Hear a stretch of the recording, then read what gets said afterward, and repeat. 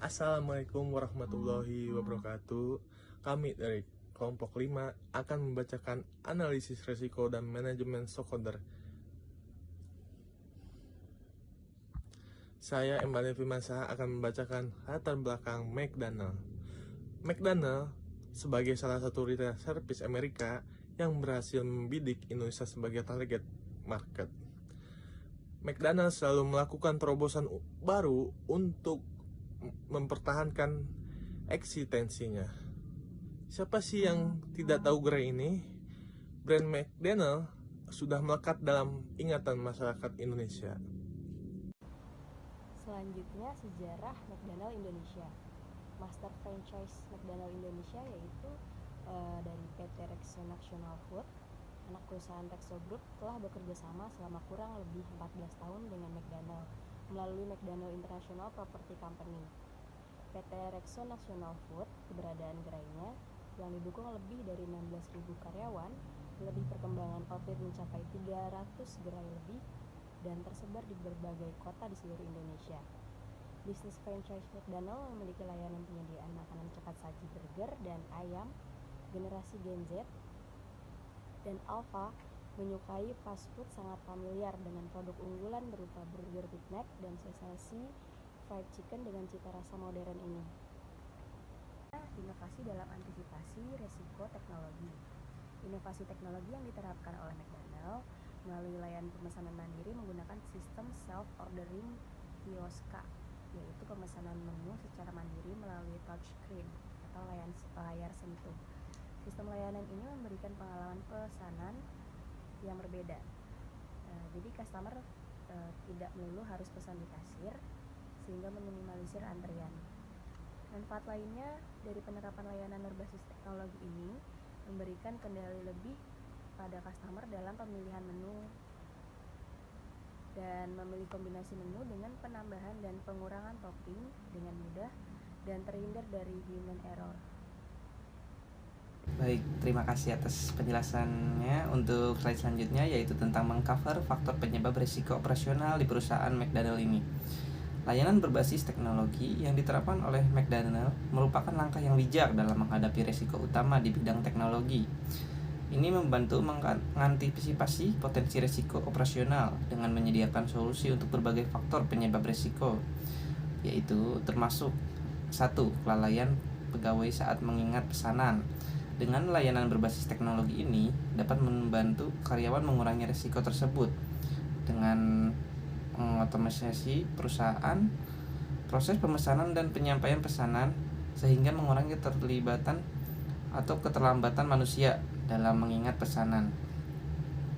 Nah, untuk kedua yaitu kecerobohan input menu. Sistem teknologi dapat meminimalisir kesalahan dalam mengikut menu dengan menggunakan antarmuka yang lebih sederhana dan jelas, serta memungkinkan validasi data secara otomatis. Nah, yang ketiga ini pemantauan kinerja operasional. Teknologi dapat digunakan untuk memantau kinerja operasional seperti waktu pemrosesan, pesanan, dan kualitas pelayanan. Ini memungkinkan identifikasi masalah lebih cepat dan tindakan perbaikan lebih akurat. Nah, yang keempat ini inovasi dan efisiensi. Layanan berbasis teknologi membantu McDonald untuk tetap kompetitif dengan inovasi teknologi dalam layanan makanan. Hal ini dapat meningkatkan efisiensi operasional dan memberikan pengalaman pelanggan yang lebih baik. Nah, jadi demikian teknologi dapat mengurangi risiko teknologi, tetapi juga membantu mengatasi faktor penyebab risiko operasional seperti kesalahan manusia, sehingga memungkinkan bisnis untuk tetap berkompetisi dalam industri yang berkiblat kepada inovasi teknologi pendukung layanan. Baik, untuk slide selanjutnya yaitu pindah ke bab 10 ya, mengenai manajemen stakeholder dan perusahaan yang kita ambil contohnya yaitu PT Raja Wali Nusantara Indonesia atau RNI. Sedikit mengenai perusahaan PT Raja Wali Nusantara Indonesia atau RNI ini adalah sebuah perusahaan BUMN yang berfokus pada sektor agribisnis dan industri di Indonesia.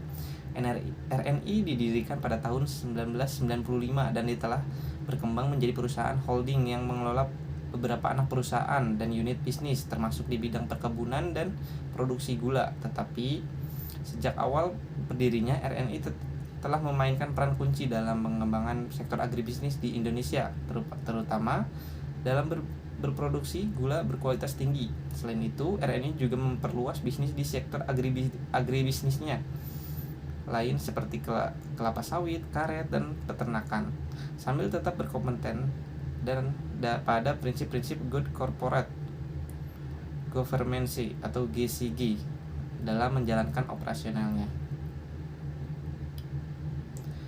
Nah, dengan sejarahnya yang panjang ini, komitmen pada sektor agribisnis dan industri RNI tetap menjadi salah satu peran utama yang mendorong pertumbuhan sektor tersebut di Indonesia.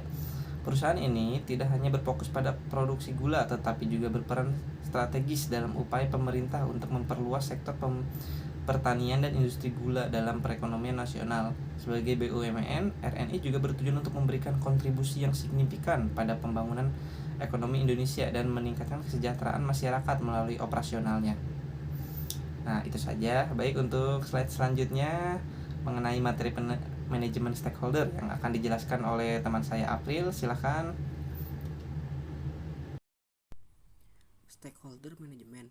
Manajemen stakeholder melibatkan identifikasi, prioritas, dan interaksi dengan pihak-pihak yang memiliki kepentingan dalam kegiatan bisnis perusahaan. Ini menjadi sangat penting dalam manajemen produk karena memangku kepentingan seperti pelanggan dan pemasok, berperan penting dalam keberhasilan produk. Selain itu, manajemen stakeholder membantu perusahaan mengidentifikasi dan mengendalikan risiko yang mungkin timbul. Dengan demikian, pengetahuan yang baik tentang konteks bisnis dan perubahan lingkungan eksternal dan internal sangat penting. Selanjutnya, proses manajemen risiko di PT Raja Wali Nusindo, yaitu proses manajemen risiko di perusahaan ini melibatkan serangkaian langkah yang meliputi. Yang pertama, ada identifikasi risiko yang mungkin muncul dalam setiap aktivitas bisnis yang terkait dengan stakeholder. Yang kedua, pengukuran tingkat risiko dengan mempertimbangkan dampak dan probabilitas. Yang ketiga, analisis dan evaluasi sumber risiko serta penyebab terjadinya risiko. Yang keempat, ada penyusunan rencana strategi pengendalian terhadap risiko yang memiliki prioritas tinggi. Yang kelima, melakukan kegiatan pengendalian risiko yang dapat membahayakan operasional perusahaan. Lalu yang terakhir, komunikasi, konsultasi, review, dan pemantauan risiko secara berkelanjutan, terutama risiko yang memiliki dampak signifikan pada kondisi perusahaan. Baik, selanjutnya adalah implementasi teori manajemen stakeholder. Bagaimana teori ini diterapkan dalam praktiknya di PT Raja Wali Nusindo. Perusahaan ini telah mengintegrasikan konsep manajemen stakeholder dalam operasionalnya.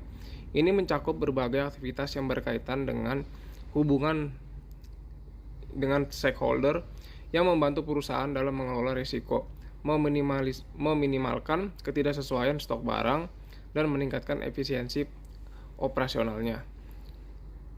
Ini saya akan melanjutkan apa yang telah dibahas oleh teman-teman saya mengenai manajemen stakeholder. Saya akan menjelaskan mengenai kesimpulan dan saran. Kesimpulannya, manajemen stakeholder adalah elemen kunci dalam mengolah risiko dan memastikan hubungan yang baik dengan pihak-pihak yang memiliki kepentingan dalam bisnis. Kami telah melihat bagaimana PT Raja Wali Nusindo menerapkan konsep ini dan bagaimana hal ini dapat memberikan nilai tambah yang sesuai dengan harapan para stakeholder. Dan saran yang dapat saya berikan, salah satu saran adalah memberikan pelatihan kepada karyawan untuk memastikan pemahaman yang lebih baik tentang manajemen stakeholder yang akan membantu perbaikan dan pengembangan lebih lanjut dalam praktek bisnis perusahaan. Sekian dari saya, kurang lebihnya mohon maaf. Terima kasih. Wassalamualaikum warahmatullahi wabarakatuh.